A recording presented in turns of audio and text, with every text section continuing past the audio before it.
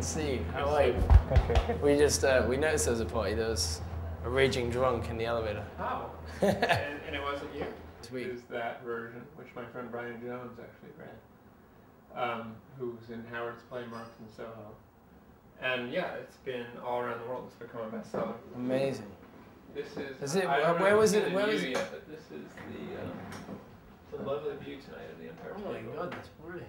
Yeah, they just did the way. Innocence can be something that really galvanizes for people what's wrong with the death penalty.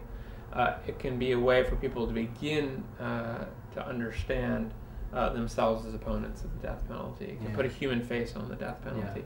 And so we shouldn't dismiss the question of innocence, the importance of talking about innocence. But if we stop there, if it just becomes a question about you might execute innocent people and leave it at that, then I don't think we're going nearly far enough in our understanding and our critique of the death penalty. The Supreme Court in 1972 had a period where it overturned the death penalty. It said it's cruel and unusual. There's no way of administering this which is fair and equitable. 4 years later, in 1976, they came back and they said, well, now we've come up with ways of guaranteeing that innocent people won't be executed and that the death penalty is not racist. So we put it back in place. So if you have innocence as the sole criterion on which you judge the death penalty, there's always going to be the refuge of the state will always be, we can guarantee that these people aren't innocent. We can use DNA testing. We can use a whole series of mechanisms to ensure that we won't put innocent people to death. I'm opposed to the death penalty in any case, whether you're innocent or you're guilty. It is cruel and unusual punishment, and it serves no social value. It serves a value of expanding the power of the state. It serves a power of terrorizing and intimidating people, but it certainly doesn't serve any useful common good. It doesn't have an impact on crime. It doesn't have an impact for the victims of crime. It doesn't make us safer, and it certainly doesn't get at the underlying problems which make crime a reality in the first place. We know, it's very clear, crime is closely linked to people's economic circumstances, to people's living circumstances. And if we could do something to ameliorate those circumstances, we could sharply reduce crime, we could sharply reduce violent crime. But the politicians who are building the prisons, the politicians who want to execute more people, care nothing about improving those social conditions. In fact, they would rather take money away from welfare, away from education, away from healthcare, away from jobs, and put it into prisons, put it into more police, put it into militarizing our border, put it into militarizing our society. Yeah. It seems that, why would they want to be so repressive? Yeah. Well, look, the United States tries to describe itself as a society without classes. It's the great myth about the United States. From the very beginning of this country, it was founded on conquest. Violent conquest of the native peoples of this land. They had to wipe out the native population, effectively ethnically cleanse the country in order to expand and build an empire. That was also done on the basis of slavery. Enslaving people, forcibly bringing them here from Africa and other countries in chains and forcing them to work as unpaid labor to build up the country. Now, interestingly, the legacy of that, the legacy of the dispossession of the Native Americans, the legacy of slavery is still very much with us in the United States today. Yeah. They want to talk about it like that's ancient history. There's that's over. Emancipation Proclamation. The natives have their reservations. They have casinos. You're all free. Well, nonsense. First of all, the racial inequalities from the period of slavery persist. The economic inequalities from the period of slavery still persist. So as a society, the political elite, the political establishment, has a choice to make. Either they're going to change the social circumstances of the poor population, of the working poor population, as well as the dispossessed poor population, or they're going to come up with a means of socially controlling those people who have been dispossessed.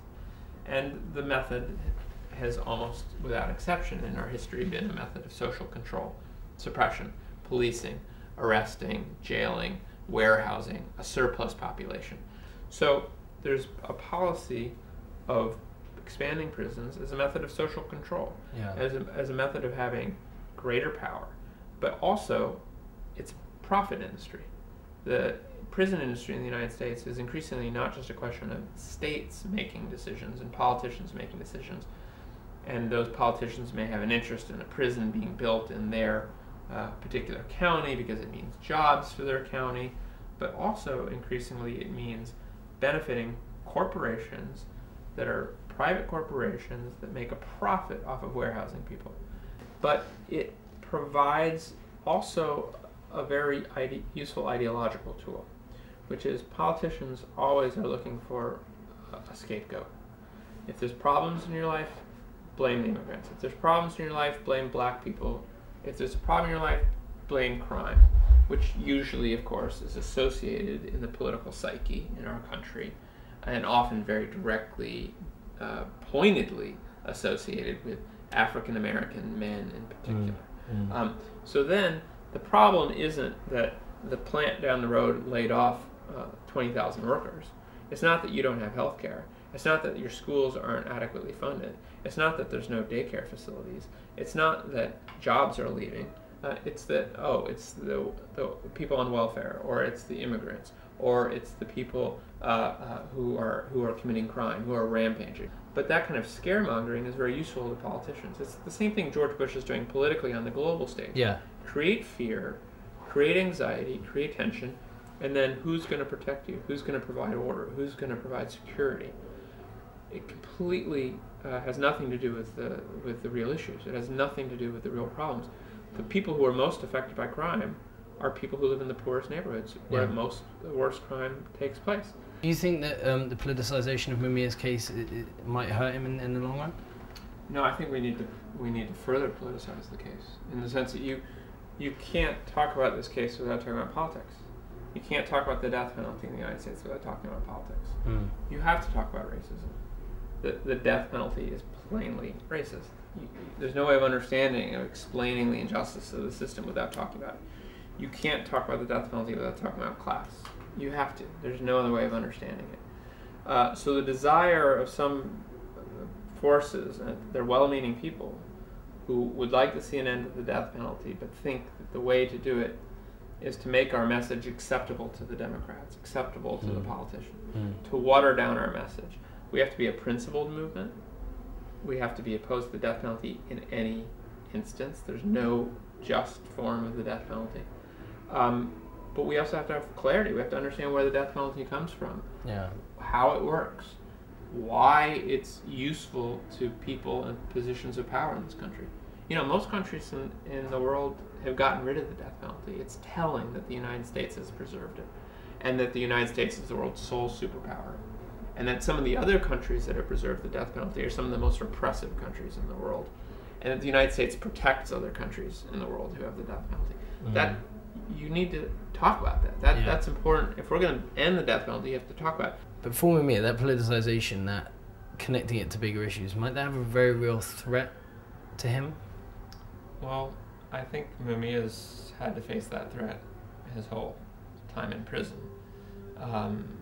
And look, there's every reason to believe that the state of Pennsylvania would like to execute him, and they're looking for every opportunity to do so.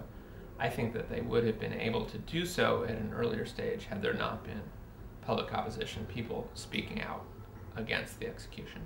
I think he's alive today as a result of that. Can we keep him alive? There's no guarantee, and we've recently seen the execution of Stan Tookie Williams by Arnold Schwarzenegger in California, sending a very deliberate message of punishing him, of suppressing people who speak out against the death penalty. One of the things that Arnold Schwarzenegger cited in his letter explaining why he wasn't going to give clemency to Tookie Williams was the fact that Tookie had cited people like George Jackson and Angela Davis in his writings about his case and his opposition to the death penalty, and what had politicized him, and how he thought of himself, and how he saw himself in a tradition of black fighters for justice in this country. And he said that these people are terrorists. That's how he described liberation fighters like Angela Davis and George Jackson. So that danger is there, but that danger is always there.